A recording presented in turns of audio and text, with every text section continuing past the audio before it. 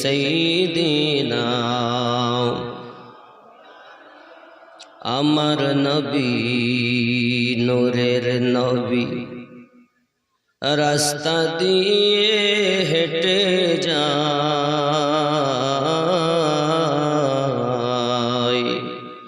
উম্মে জামিল হিংসা মনে কাটা বিছায় সে রাস্তায় আল্লাহ বলেন ও জিবরাইল যাও চলে যাও দুনিয়ায় উম্মে জামিলের বিছানো কাটাও ফোটে না যেন হাবিবের পায় আল্লাহুম্মা সাল্লি আলা মাওলানা মুহাম্মদ ওয়া আলা আলি মাওলানা সালামেরি গাজমালা দরুদেরি হাত ভালোবেসে যারে খোদা দিলেন উপহার এসো এসো নবী এসো এসো মোদের বাগানে তোমায় নিয়ে গাঁথব মালা তোমারি শরণে আল্লাহুম্মা সাল্লি আলা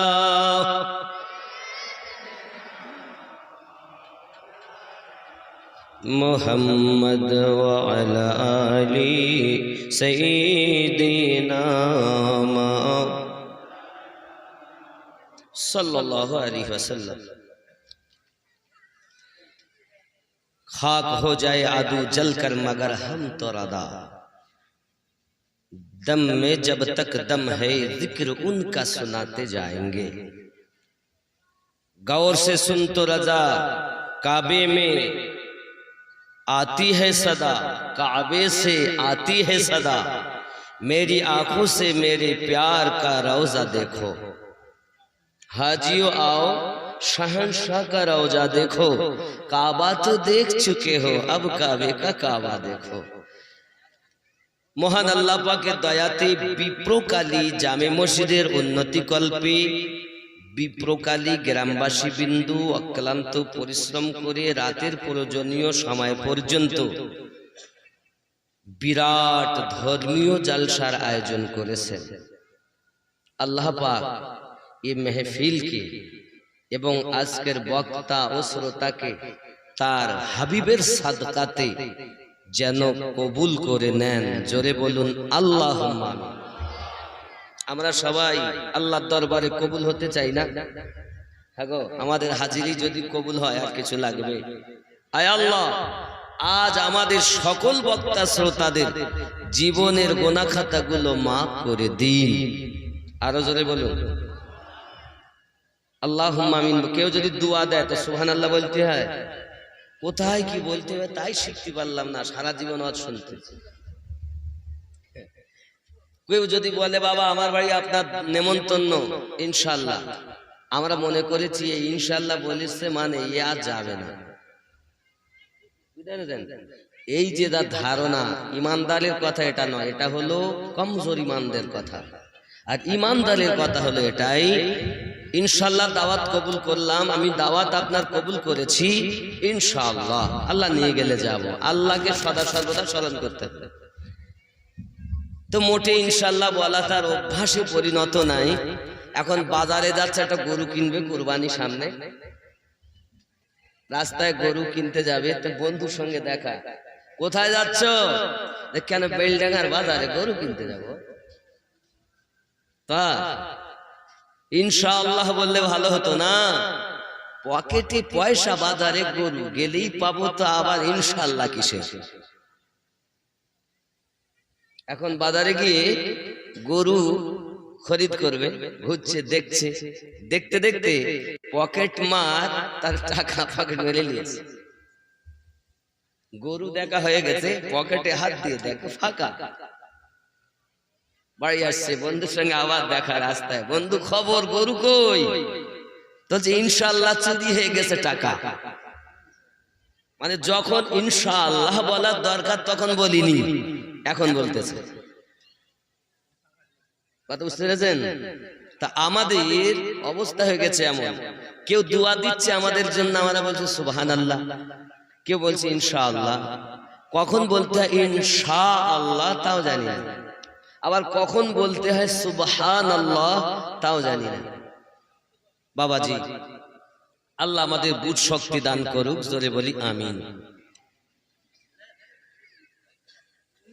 যাই হোক, স্থান বিপ্রকালী, পোস্ট দক্ষিণ গ্রাম, সাবিত্রী নাকি সাবিত্রী, সাগরদিঘি, মুর্শিদাবাদ। 24শে চৈত্র 1431, 7ই এপ্রিল 2025, 12 সোমবার।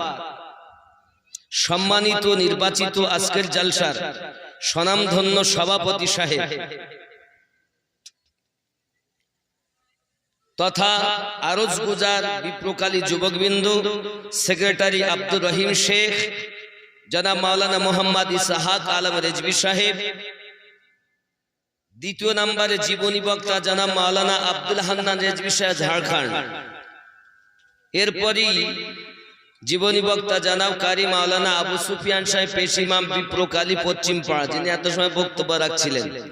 মাস্টার মুস্তাক আহমেদ সাহেব, প্রাক্তন শিক্ষক, ওমরপুর মাদ্রাসা। কারি আব্দুর রহিম শেখ সাহেব, প্রাক্তন মোহনা, ডাঙ্গাপাড়া। এছাড়া স্থানীয় ওলামায়ে কেরামগণ উপস্থিত থাকবেন। আল্লাহ পাক সকল ওলামায়ে আহলে সুন্নাহ তাদের হায়াতকে যেন দারাজ করে দেন, জোরে বলি আমিন। নবী পাক সাল্লাল্লাহু আলাইহি ওয়াসাল্লাম বলেছেন, এক শখস हुजूर सल्लल्लाहु अलैहि वसल्लम के हबीब अकरम सल्लल्लाहु अलैहि वसल्लम में हाजिर होकर अर्ज करने लगा। नबी पाक के दरबारे একজন ব্যক্তি উপস্থিত হয়ে জিজ্ঞাসা করছেন, ইয়া রাসূলুল্লাহ सल्लल्लाहु अलैहि वसल्लम, मैं जिहाद करना चाहता हूं, আমি जिहाद করতে চাই, और आपसे मशवरा लेने के लिए हाजिर हुआ हूं। আমি আপনার দরবারে উপস্থিত হয়েছি এই জন্য জিহাদ করতে চাই, আপনার কাছে পরামর্শ নিতে এসেছি। रसूल करीम सल्लल्लाहु अलैहि वसल्लम ने फरमाया, क्या तेरी मां जिंदा है? নবী পাক বলেন, তোমার আম্মা কি জীবিত আছেন? आज किया, हाँ। तो नबी पाक बोलें, काला फअंजिमहा फइन्नल जन्नता इंदल रिजलिहा। नबी पाक बोलें, लाजिम पकड़ो, क्योंकि जन्नत उसके कदमों में है। जाओ, তুমি তোমার মায়ের খেদমত করো, জান্নাত তোমার মায়ের কদমের নিচে।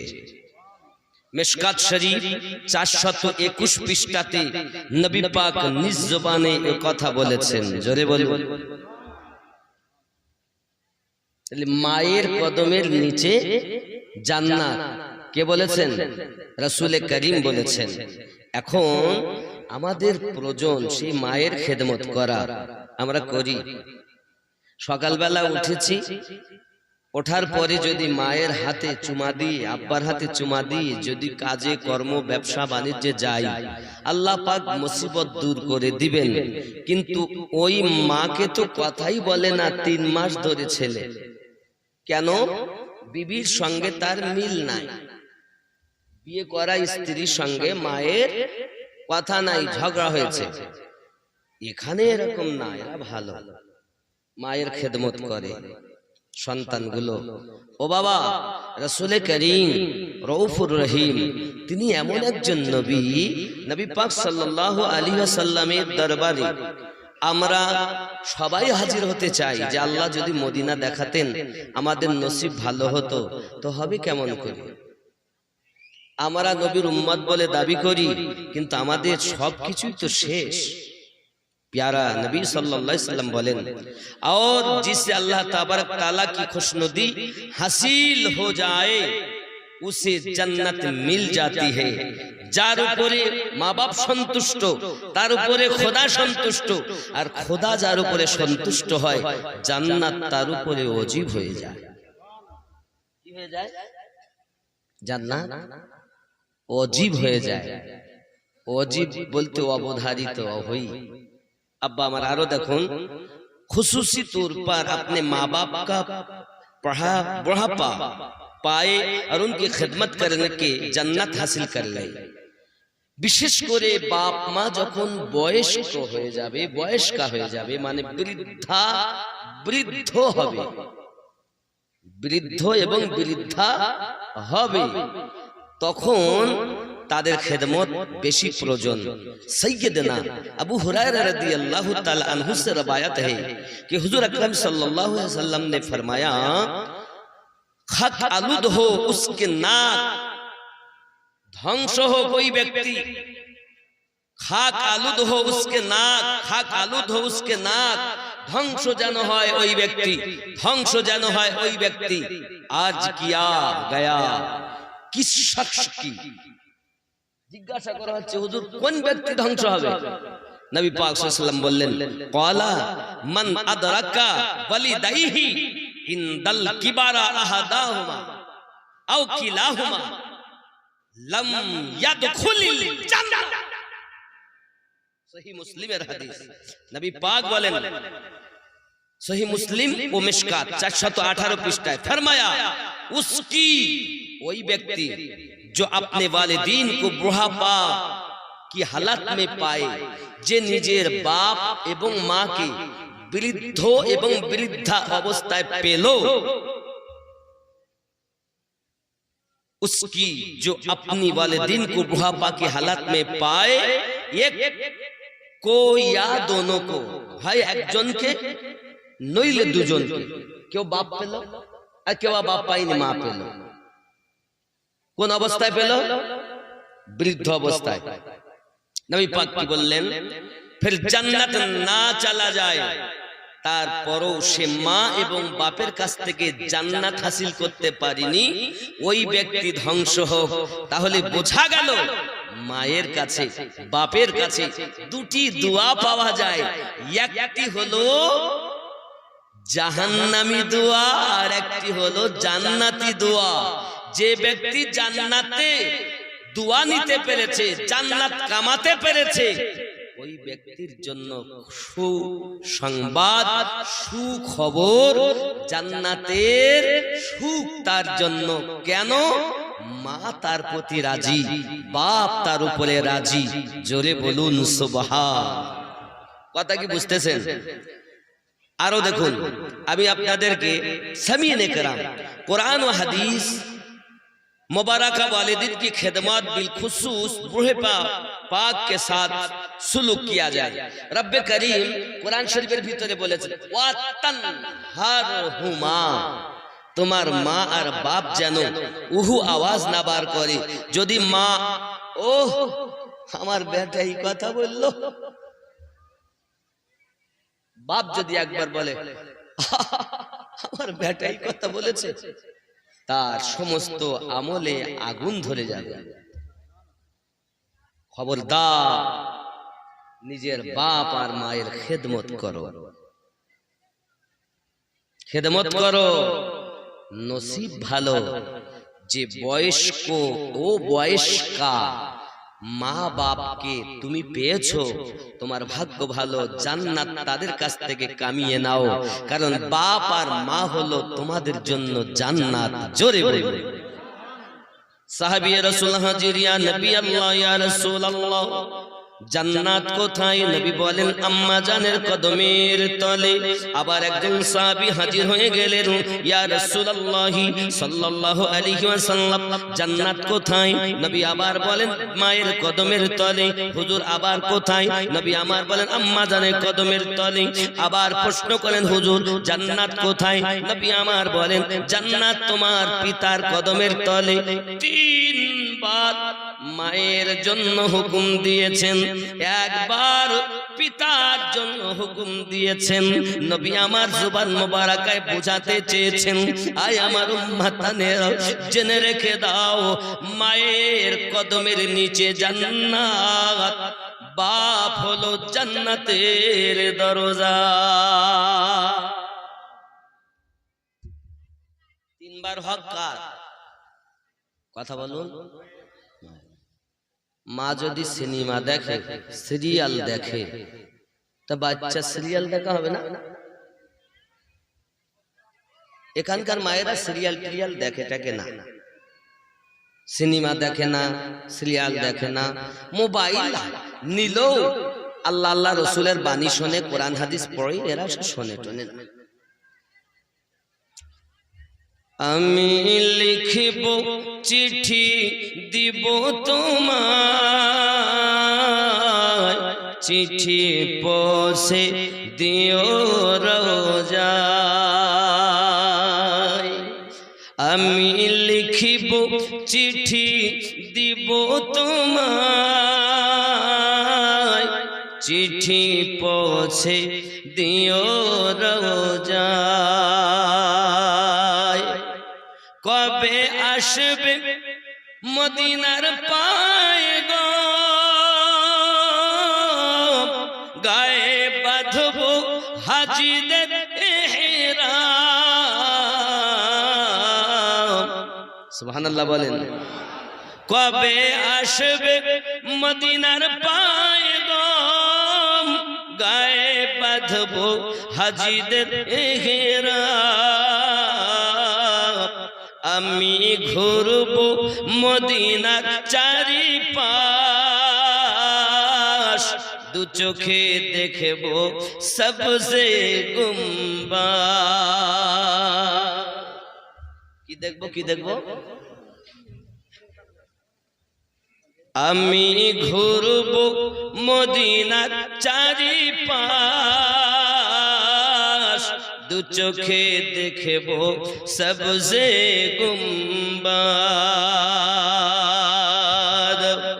আমি লিখিব চিঠি দিব তোমায়, চিঠি পৌঁছে দিও রোজায়।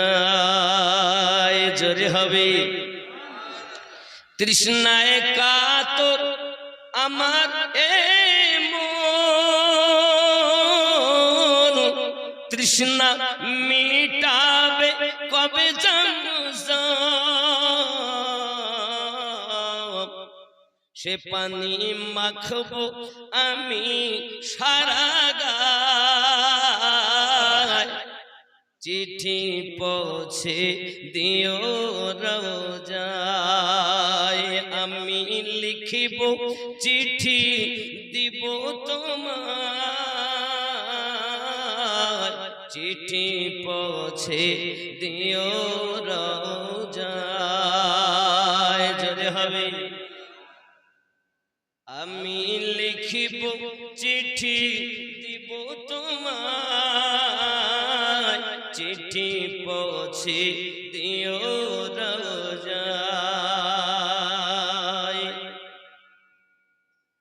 চিঠির উত্তর যদি গো না পাই, জীবন মরণ সবই যে বৃথা।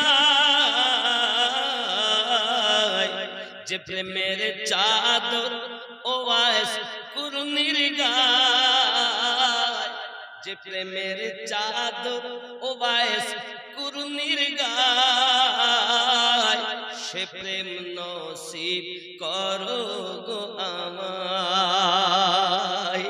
আমি লিখিব চিঠি দিব তোমায়, পাখি পৌঁছে দিও রোজায়। কবে আসবে মদিনার পায় গো, গায়ে বাঁধব হাজিদের ইহরাম। আমি ঘুরব মদিনার চারিপাশ, দু চোখে দেখবো সবজে গুম্বাদ। জোরে হবে রব রওজা গম্বুজ দেখবো। যে যাকে প্রেম করে তার সবটাই তার ভালো লাগে। লাগে কি লাগে না? আমরা নবীকে ভালোবাসি, রাসূলে পাককে দেখিনি, রওজার গম্বুজ দেখেছি, তো নয়ন ফেরাতে ইচ্ছা করে না। কেউ কোন হাজী যারা হজ করেছেন মদিনা থেকে যখন তাদের খবর হয় হাজী 10 দিন পূর্ণ হচ্ছে, এবার তোমাকে বিদায় নিতে হবে, হাজীর কলিজা যেন ফেটে যায়। ইচ্ছা করে না যে মদিনা থেকে ফিরবো, আসতে ইচ্ছা করে না। আরে ওই দেশ কত সুন্দর দেশ, যে দেশে কোরআন ওয়ালা শুয়ে আছেন, যে দেশে নামাজ লেকে আনে ওয়ালা শুয়ে আছেন, যে দেশে উম্মত ওয়ালা শুয়ে আছেন।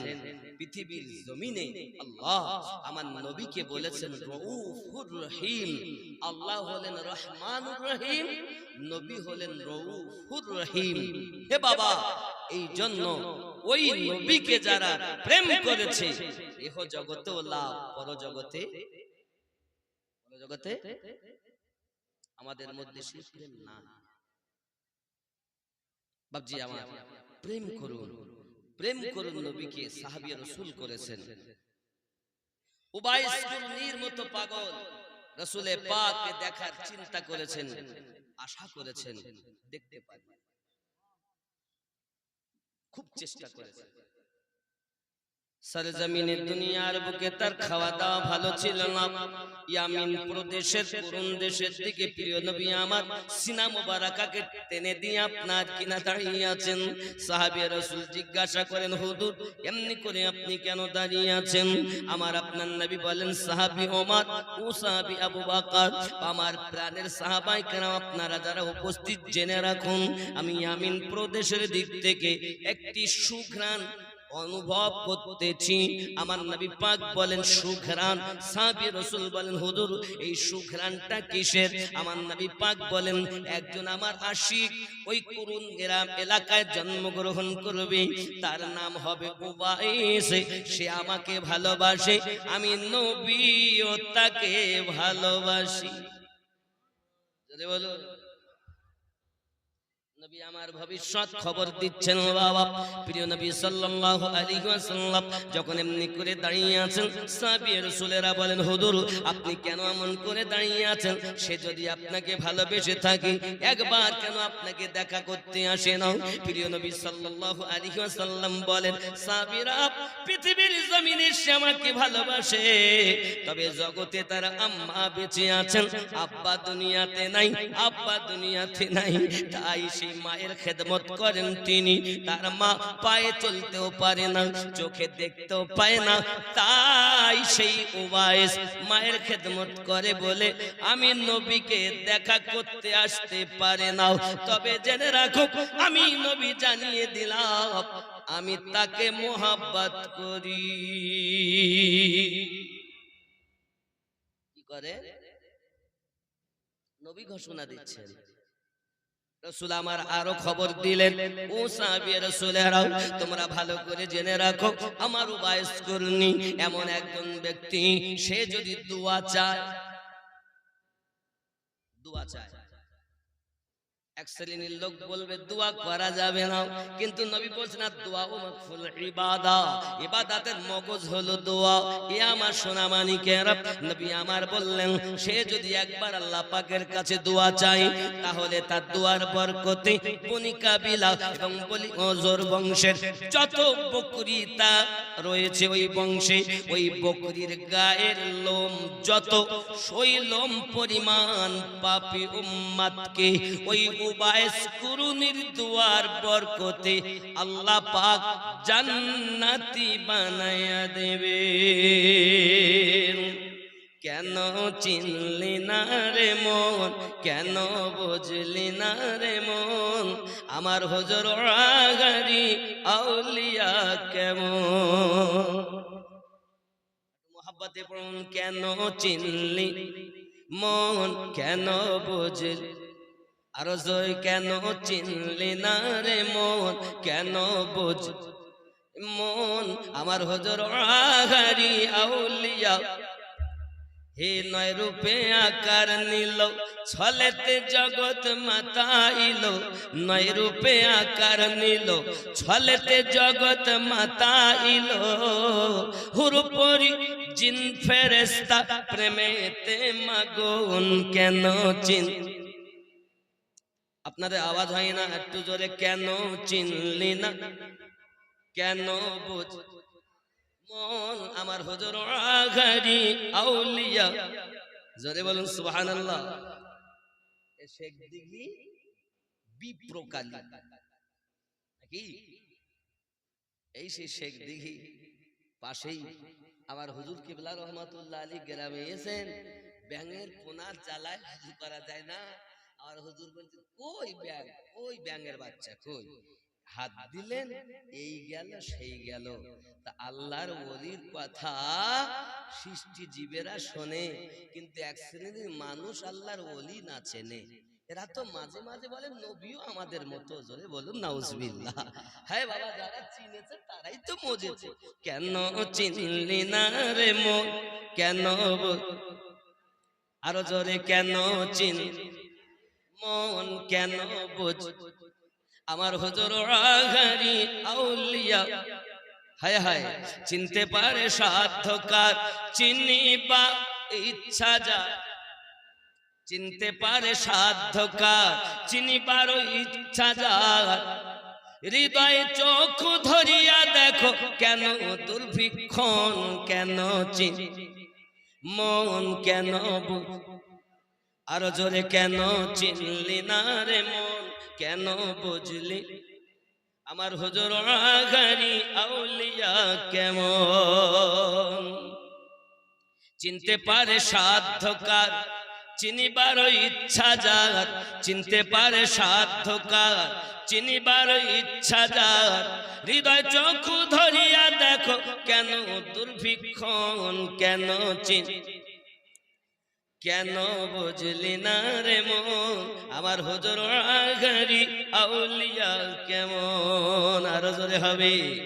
কোরআনে কয় চিনতে পারে সৃষ্টি তাদের সংসারে, কোরআনে কয় চিনতে পারে সৃষ্টি তাদের সংসারে, না চিনিয়া মরিয়া গেলে বিফলে জীবন, কেন চিন মন, কেন বুঝ আমার হুজুর আগারি আউলিয়া কেমন।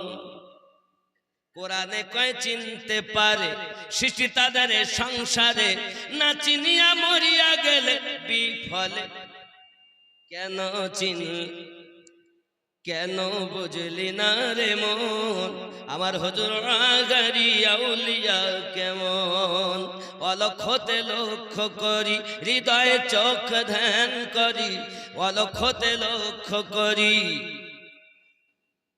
জ্ঞান পথে ধ্যান করি, প্রেম প্রদীপ হাতে করো নিরঞ্জন, কেন চিন মন, কেন বুঝলি না রে মন আমার হুজুর আগারি আউলিয়া কেমন। জোরে হবে, আরো জোরে বলুন। আব্বাজি আমার সোনা মানিকেরা, হুজুর কিবলা রহমাতুল্লাহ আলাইহি এমন একজন মানুষ যার তুলনা পৃথিবীতে আমি আপনাকে বলতে পারবো না বাবা। আগিয়ে চলুন, ওবায়েস করুন পৃথিবীর জমিনে।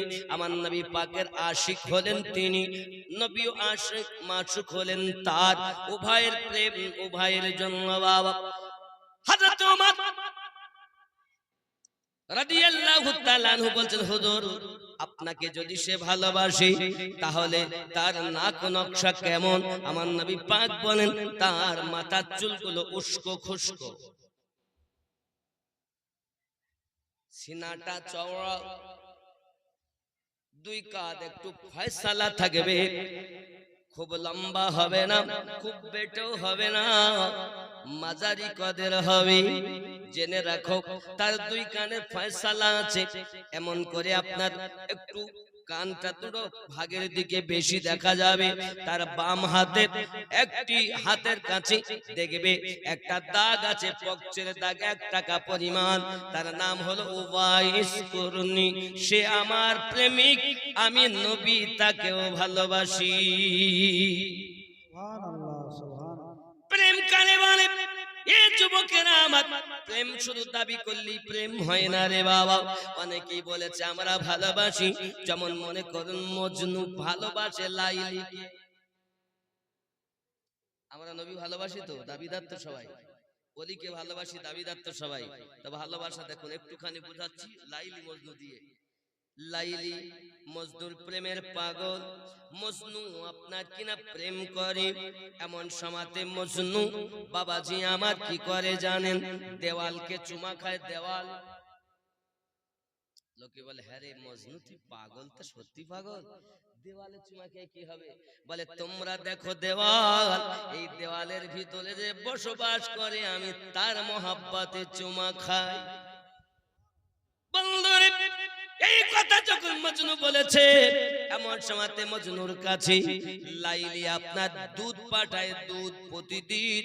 কারণ মজনু আশিক বাবা, লাইলির মনের বড় আশা, আমাকে যখন ভালোবাসে মজনু, তাহলে আমাকে প্রতিদিন 1 গ্লাস করে দুধ পাঠায়। বাড়িতে যখন তার কর্মচারী দাসীর সঙ্গে আলোচনা করে, এ দেখো মজনু আমার জঙ্গলে থাকে, লাইলি লাইলি করে, তার কাছে আমার দুধগুলো নিয়ে যাবে। দুধ এক ডুপ্লিকেট প্রেমিক, সে বলে খাবার একটা জারিয়া হলো, যা হাতি তো ভালো পাইলে, প্রতিদিন দুধ খাওয়ার একটা বাহানা হলো। এখন ও জঙ্গলের ও বেশভূষা ধারণ করেছে। বাপজি আমার ধারণ করে জঙ্গলের মুখের কাছে বসে, ও লাইলি, ও লাইলি, লাইলি, লাইলি, লাইলি করছে। এখন দুধ নিয়ে যেতে গিয়ে দেখে সত্যি তো এই তো মজনু। লাইলি লাইলি করে মানে এই দুধ নিয়ে দেয়, খায়। বাবাজি আমার, কেউ দেখে এ তো লাইলি মজনুকে দুধ দেয়, কিন্তু এ তো আসল মজনু না, আবার এক মজনু পাগল। হে বাবাজি, এখন মজনুর অভাব নাই। যেখানে যায় তালতলায় মজনু, আমতলায় মজনু, বটতলায় মজনু, সব মজনু সেজেছে খাবার আশায়। কি খাবে? লাইলি দুধ দেয়, দুধ খাবো। এই দুধের প্রেমের পাগল, দুধ খাওয়ার আশায় মজনু সেজে তারা বসে আছে বাবা। এমন সময়তে এসে বলতেছে, মো লাইলি, এখন তো মজনু দেখি অনেক হয়ে গেছে, গাছতলায়, আমতলায়, বেলতলায়, বটতলায়, সব জায়গায় মজনু দেখা যায়, সব তো আপনাকে জপে। লাইলি, মজনুর কথা, মজনু তো চেনাই যায় না আসল কোনটা নকল কোনটা। বন্ধুরে, এই কথা বলার পর সঙ্গে সঙ্গে আপনার লাইলি বলল, এক কাজ করো, একটা পেয়ালা নিয়ে যাও, আর আপনার কিনা একটা চাকু নিয়ে যাও, যাইয়া বলো লাইলির শরীরটা বড় খারাপ, লাইলি 1 পেয়ালা রক্ত চেয়েছে। বাপজি আমার রক্ত চেয়েছে, রক্ত। এই রক্তের কথা যখন হলো, এখন দাসী পেয়ালাটা নিয়ে আর একটা চাকু নিয়ে এখন মজনুদের কাছে গিয়ে বলছে, ওরা মনে করে দুধ আসছে বুঝি। ও লাইলি, এখন বাবাজি দুধ তো যাক, পেয়ালা চাকু নিয়ে বলে, মজনু লাইলির শরীরটা বড় ভালো না, খুব দুর্বল হয়ে গেছে, এখন তাদের রক্তের দরকার, তাই 1 পেয়ালা রক্ত দিতে বলেছে। এখন নকল মজনু বলে, আমরা রক্তের বিনিময় দুধ খাই না।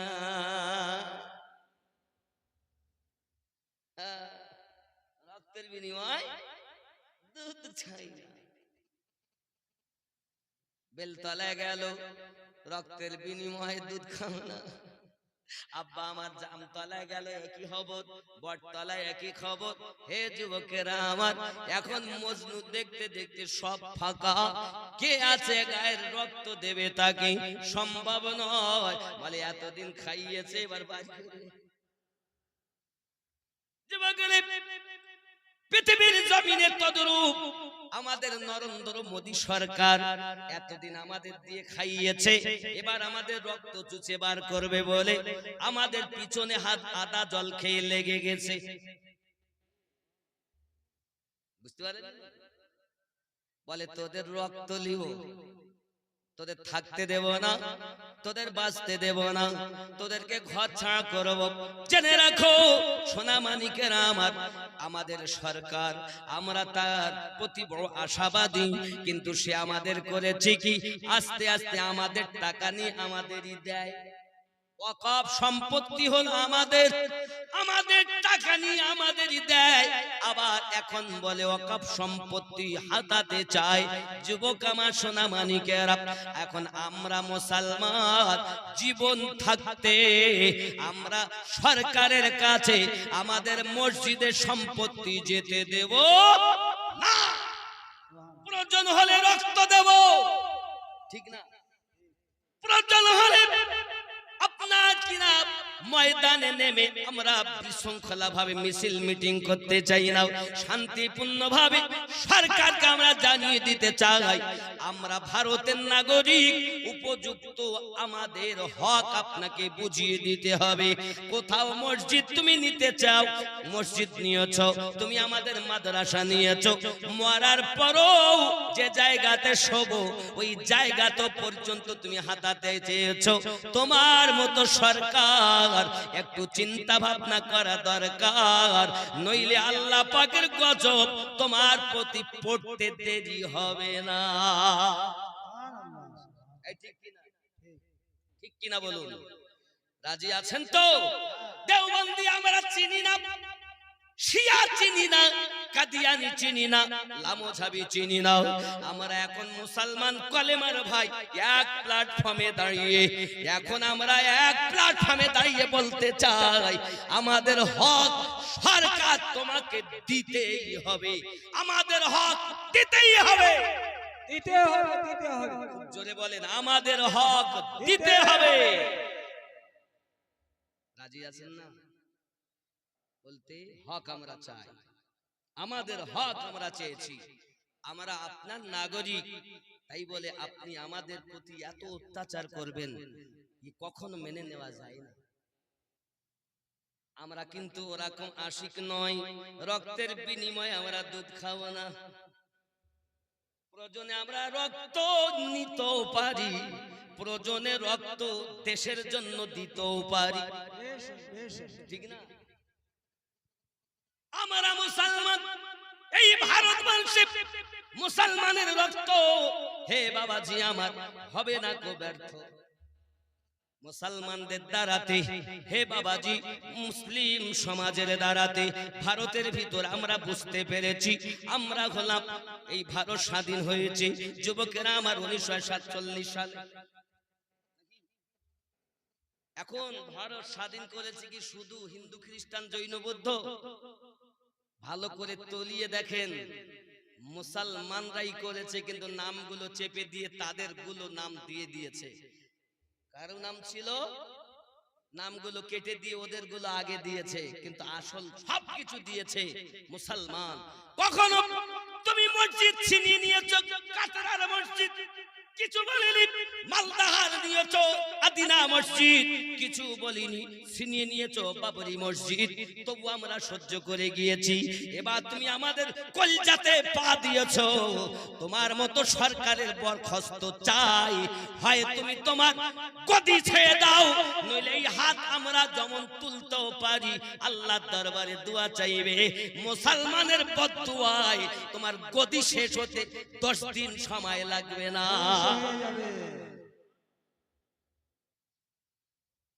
হয় অধিকার দাও, নইলে মুসলমান এমন ভাবে এক হবে।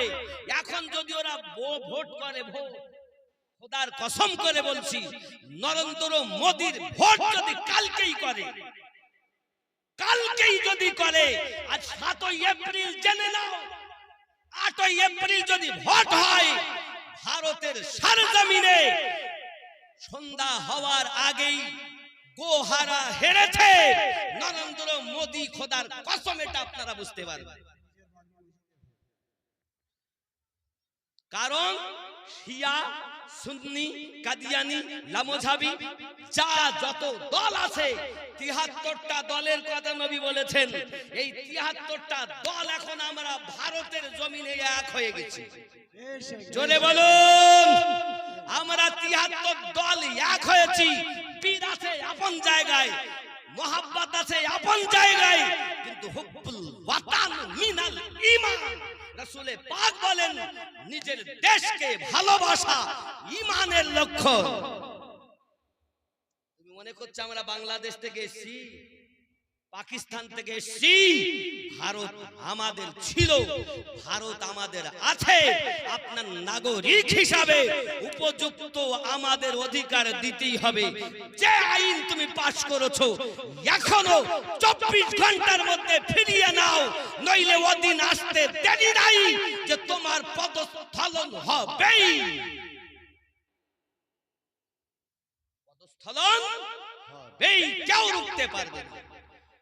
বিভিন্ন দেশ, Bangladesh, Pakistan, Iraq, Tehran, America, সমস্ত দেশ ভারত সরকারকে এখনই তো বদনাম করতে লেগেছে।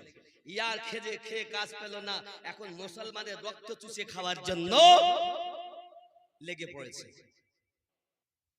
সাবধান হন। এখন আমরা দেওবন্দি সম্পর্কে বলবো না, ওয়াহাবি নিয়ে আলোচনা করবো না। শিয়া, সুন্নি, ওয়াহাবি, লামোঝাবি, মাউদুদি সব আমরা কি কথা বলেন? আমরা কি এক হয়ে গেছি? বলুন না ইনশাআল্লাহ।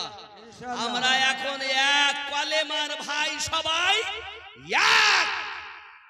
জোরে বলুন না ইনশাআল্লাহ। ইনশাআল্লাহ। এ কোথা থেকে এসেছে বলতে ফতোয়া দেয় শুধু কাফের। এই কাফের করি তো শেষ করলো এরা, বেশি কোনো কাজ করেনি ইসলামের ধর্মের। এই ভারতে ইসলামের যিনি আলো জ্বালিয়েছেন তার নাম খাজা আজমিরি। সুবহানাল্লাহ, প্রেম সুবহানাল্লাহ। দিয়ে, কি দিয়ে? প্রেম দিয়ে। আমার কথা বুঝতে পারছেন না? রাগ হচ্ছেন? রাগ হচ্ছে? এগুলি বাস্তব। সারা এ ভারতে কোরআনের আলোতে ভরে দিল খাজা দেখো না।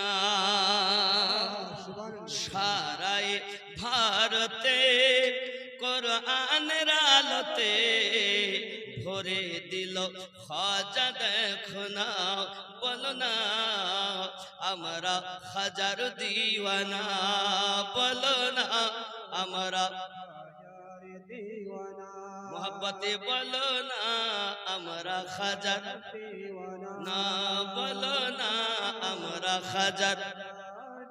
পাঞ্জাতানি ফুল খাজা আওলাদ রাসূল, তরিকতের তরি যিনি, তরিকতের তরি যিনি অকুলের কুল।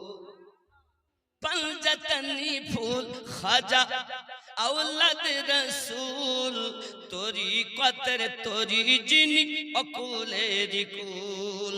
মহান ভারতে, মহান ভারতে হয় না জাগার তুলনা, বলো না আমরা হাজার না, বলো না আমরা হাজার দিওয়ানা। মহান ভারতে কোরআনের আলোতে ভরে দিল খাজা দেখো না। জোরে বলে পাপি তাপি বেদিন ছিল কত পথহারা, দিনের দাওয়াত দিল খাজা প্রেমেরই দ্বারা। সুবহানাল্লাহ, সুবহানাল্লাহ। দিয়ে প্রেমের দাওয়াত, কোরআনের দাওয়াত কিভাবে দিয়েছে? প্রেম দিয়ে। পাপি তাপি বেদিন ছিল কত পথহারা, দিনের দাওয়াত দিল খাজা প্রেমেরই দ্বারা। দেখায় কারামত, দেখায় কারামত, বিলাই যত দয়া করুণা। বলো না আমরা খাজার দিওয়ানা, বলো না আমরা খাজার দিওয়ানা।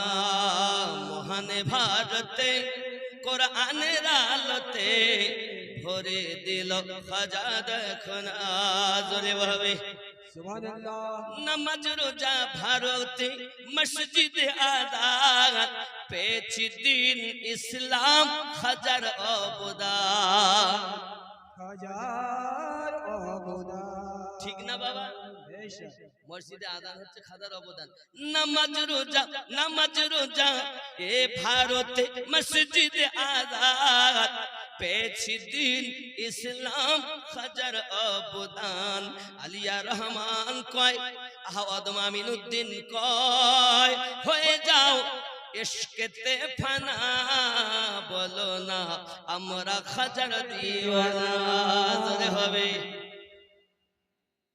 জোরে বলো সুবহানাল্লাহ সুবহানাল্লাহ ও বাবা তাহলে নামাজ পড়তেও দিবে না এর আগে বললো বাবা একবার কৃষি আইন পাস করে সে বিল ফেরত দিতে হয়েছে হয়নি আসাদুদ্দিন ওয়াইসির মতো একজন